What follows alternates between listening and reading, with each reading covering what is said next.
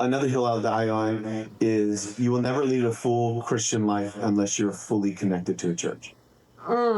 Like, you be in a church, connected with people in the community. This is great for young adults right now. Speak to that. Yeah. Who chase like worship nights and different speakers. Well, I just call them Christian tourists. There's a lot of people who like consuming content, but they don't like the actual connection part, and they don't want to be connected. They don't want to be held accountable. They don't want to have to do anything. It's just, again, it's a very much a consumer mindset. And so I'll pop to this worship night. I'll go to this revival. I'll follow this. And it's just one of those things where they're just chasing.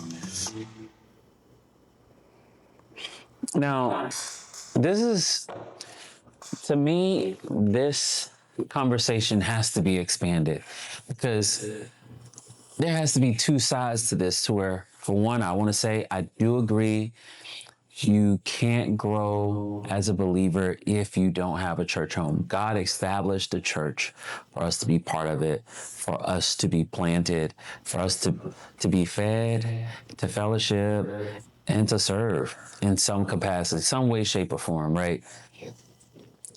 So I agree with him 100% on that. I think worship nights are great. I don't really go to them, but they're cool. And then also, like, going to hear other singers at concerts and stuff like that. Like, that's cool. I don't go to a lot of that, but it's cool. Like, I've done it.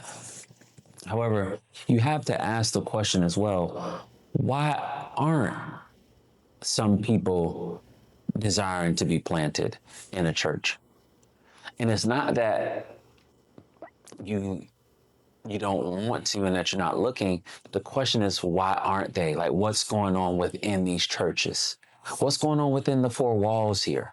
And that's where, when you get to digging, you'll find out it's not just as easy as finding a church home. Yeah, there's plenty of churches. You can go some places, right? But you talk about getting plugged in, having community, having accountability. There lies a lot of the problem, because when you start going to churches, they have what they would say their way of doing things. Even if it's not biblical, they want you to assimilate. And if you don't, then they can start to treat you like the black sheep. I've experienced this for myself. That's why I say you have to ask questions in this one and expand the conversation. There are some churches who have a traditional way of thinking, or a hyper view of religious works and acts, and they make that as if they make that part of your salvation journey. Like, if you're not doing this, then are you really a Christian? Are you really a disciple?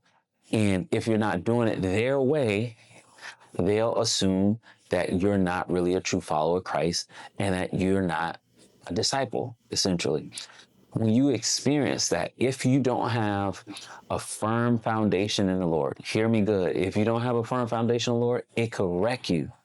I've experienced it for myself. What do you say to those people who've literally experienced headaches, heartaches, disappointment, and even criminal behavior from leadership at church? What do you say to them? How do you articulate to them this importance while also helping them understand that what they went through was horrible and that they shouldn't have experienced that? See, it's important to expand the conversation. Like I said, I do agree with him. God instituted the church for us to be a part of, for himself, right? But for us to be a part of and to serve and to honor him. However, we don't always do a great job. And it's not even about perfection. It's about, like, people having outright flawed structure or traditions, and then they use those things that are not even biblical to then keep you hostage to the idea that maybe you're not where you need to be. Or maybe the churches you went to prior weren't good churches. Like, it's just a lot of stuff that I don't think people get in the conversation. Because I'm all for accountability. I did a video recently where there was this one guy saying, "Oh, I don't really go to church, because it's like a business and it's a lot of entertainment." I could just hear the lack of accountability, and the fact that he just really didn't want to go to church. And I spoke to that, I called that out. I've also been in a space in my personal life to where years ago I was like, then think like, okay, well, you know what? I've had some hardships with church. I'll just go to church, but I won't like just really get really close and really tight with people. So you're trying to like make church, you're trying to customize church. And of course, I don't want to say of course, but thank God that he helped me work through that by the Holy Spirit and through the word. But I can tell you, it's still real. I still go in places and I'm seeing some of the same behavior, but I press through because I know that some of this is a distraction and some of it is really happening, but being a part of the church is a non-negotiable for me. So I press through it like anything else, work, fitness, you just press through it. But there are others who are really struggling or challenged with what has happened, what is happening, and what could happen. And we have to be a bit more sensitive because I heard her say, yeah, talk to the young adults. But a lot of times they don't have conversations and ask questions as to why. Like, if you've never experienced abuse from leadership, then you probably should sit this one out.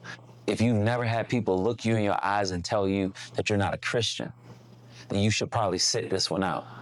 If you've never seen people lie on you, and then when you had a conversation, they deny it to your face, you should probably sit this one out. If you don't know some of the traumas that have come from bad doctrines, bad theology, the using of family, like if you haven't experienced that, you should sit this one out. Because even God isn't into abuse. Even God, like he's not, God doesn't, how do I want to say this? God doesn't approve of the abuse. So no, a person shouldn't be subject to that. I'm not saying that God is saying, well, you still need to be in that church. No, that's not what I'm saying. What I'm saying is God doesn't support that, and neither should we. And we have to give grace to it when people are in a season and the times where they're really healing and looking for a safe space to help them and to not just be so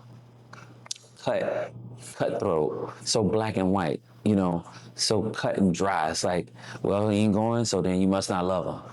You must not be saved. Or you don't do things like this, then you must not be Christian.